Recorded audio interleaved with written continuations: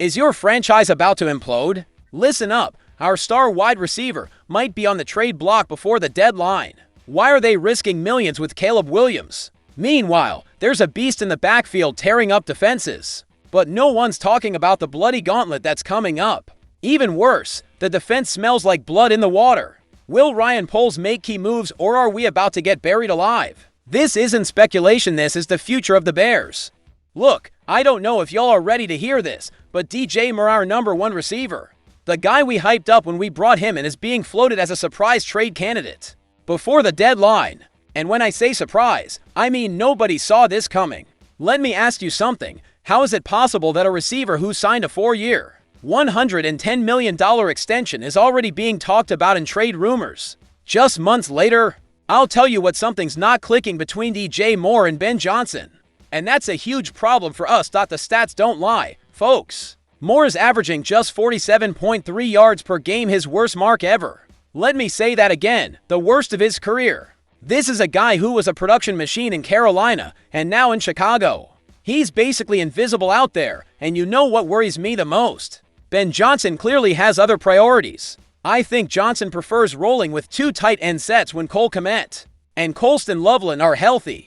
And when he goes 3 wide, it's obvious he wants Luther Burden 3 out there with Olamide Zaccos and Rome Odunze. Just look at Odunze's numbers: 31 catches for 173 yards and 5 touchdowns. Compare that to Moore: 26 catches, 331 yards, and just 1 touchdown. See the issue? The rookie is outproducing the veteran who's making bank. Now, is that fair to Moore? I still think the guy has plenty left in the tank. But if Johnson doesn't see him as part of the long-term plan, why keep him eating up cap space? And here's what really gets me. Moore hasn't cracked 100 yards in a single game this season. His best outing was 73 yards against Baltimore. 73. That's unacceptable for someone with his talent and paycheck. But you know what? If the Bears get a strong offer for Moore, Ryan Poles should seriously consider it. Keeping a $110 million receiver on the sidelines while you build your offense around Williams makes 0 sense. So here's the real question. Are the Bears ready to admit they made a mistake with that extension? Because trading him now would be exactly that, admitting that Johnson's vision for this offense doesn't include DJ Moore as a centerpiece. And look, I get it, Johnson's trying to build something special here. He's surrounding Caleb Williams with young, dynamic weapons. Burden's about to break out, Loveland's got huge upside, and Odunze is already proving he can be a W1 in this league. But at what cost? Trading Moore now would send a loud message to the locker room: nobody's safe. That can be good or bad depending on how it's handled.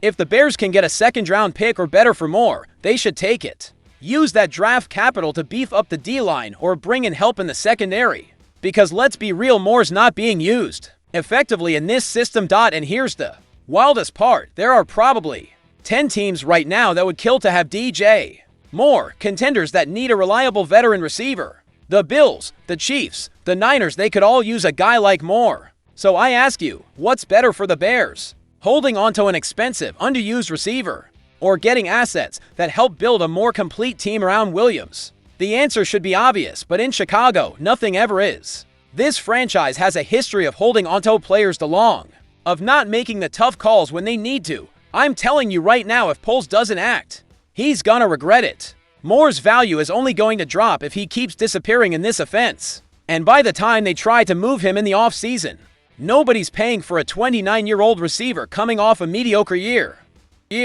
Now let's talk about something that is working in Chicago: DeAndre Swift.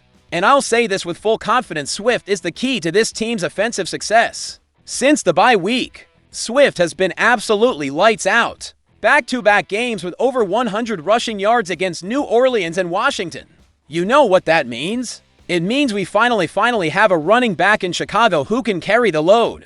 When was the last time we saw a Bears back do this? I'll tell you, David Montgomery in 2020. 5 years, folks. 5 years waiting for a back who could give us a 1,000-yard season. And Swift isn't just on pace for that, he's on pace to set career highs. With 10 games left on the schedule, this dude is just getting warmed up. Look at what happened in Baltimore. Yeah, it was a tough game. The Ravens slowed us down a bit. But Swift still managed 71 total yards rushing and receiving. And that's with a groin injury that limited him all week in practice. But here's what's got me fired up: the schedule ahead. I think Swift is about to go off in a way we haven't seen in years in Chicago. The Bengals are giving up more rushing yards than any other team in the NFL this year. Let me say that again, they're dead last against the run. They've allowed 27 or more points in 7 straight games, and in those games, teams are averaging over 150 rushing yards. So what do you think Swift's gonna do to that defense? I'll tell you, if he doesn't put up 150 yards and 2 touchdowns against Cincinnati, something's wrong with our game plan. And the Jets just ran for over 150 yards on the Bengals. Breece Hall had 133 yards on 7.4 yards per carry. 7.4. That's insane, and that's exactly the kind of game Swift should have. Then we've got the Giants, and they're not much better. They're giving up 5.7 yards per carry this season, the worst in the league. The Eagles, with their average run game, just shredded them. What do you think Swift's gonna do when he's playing the best ball of his life? I think we're witnessing the rise of a true RB1 in Chicago. And it's not just about 1 or 2 big runs. Swift's consistency is what's got me hyped in his to 100-yard games. His longest runs were 19 and 23 yards. He's not padding stats with 1 big play, he's grinding out yards, hitting the second level, and punishing defenses every snap. And you know why he's having so much success? I'll tell you, it's because our offensive line is finally doing its job. They're giving Swift room to work, time to find his lanes, and protection for Caleb when we need to throw.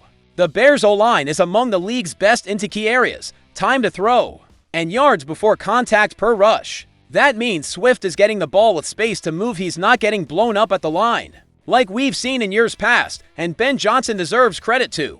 His play design is keeping defenses guessing. They don't know if it's a run, a pass, or some trick play. That unpredictability is making Swift even more dangerous. So let me ask you, can you imagine what this team could do if Swift keeps playing like this? Because I think we're talking playoffs, folks. We're talking about a team that can finally compete in the NFC North. Swift is averaging over 4.6 yards per carry and 65 yards per game. Those are better numbers than his 1,000-yard season in 2023. ESPN projects him to finish with career highs in rushing yards and touchdowns. But what really excites me? Swift is doing all this while keeping Caleb Williams protected. When you've got a dominant run game, defenses can't just key in on your rookie QB. They have to respect the run, and that opens up the whole field for Williams. I think these next 2 games against Cincinnati and New York are going to define Swift's season. If he dominates those weak defenses, he's going to hit a momentum wave that'll be impossible to stop. Expectations for Swift are sky high right now, and they should be. This guy has shown he can be the franchise back Chicago's been looking for since Matt Forte left. 1,000 rushing yards might just be the beginning. With this favorable schedule and this O-line playing at an elite level, Swift could finish with 1,200 or even 1,300 yards. And if that happens, we're talking serious Pro Bowl consideration. Now here's the story that could shake everything up. The Bears are being linked to not 1, but to potential defensive trades before the deadline. And I'll say this, we need to do something, because our defense is falling apart. First up, let's talk about Rick Woolen from the Seahawks. This guy was a Pro Bowler as a rookie after snagging 6 picks, 6 interceptions in his first year. And now Seattle's willing to move him? What's going on over there that they're ready to give up on a talent like that? Woolen is 6'4", a physical freak at corner, and only 26 years old. Yeah, he's had a rough 2025, but isn't that exactly the kind of high-risk, high-reward project the Bears should be chasing? Look at our cornerback situation. Jalen Johnson on IR, Kyler Gordon on IR, and Tyreek Stevenson banged up. We're desperate for bodies in the secondary, and not just any bodies. We need real talent. I think Woolen in Chicago could be a game changer. New environment, new defensive system. Working with Dennis Allen, who's got a track record of developing corners. That could get Woolen back to his rookie form, and according to multiple league execs, Woolen is a strong trade candidate. That's not me speculating, that's coming from people who know what's going on. The Seahawks would probably want a 2026 5th-round pick. That's nothing for a player with Woolen's upside. I'm telling you, if Ryan Poles doesn't make that call, it's a huge mistake. But that's not the only option.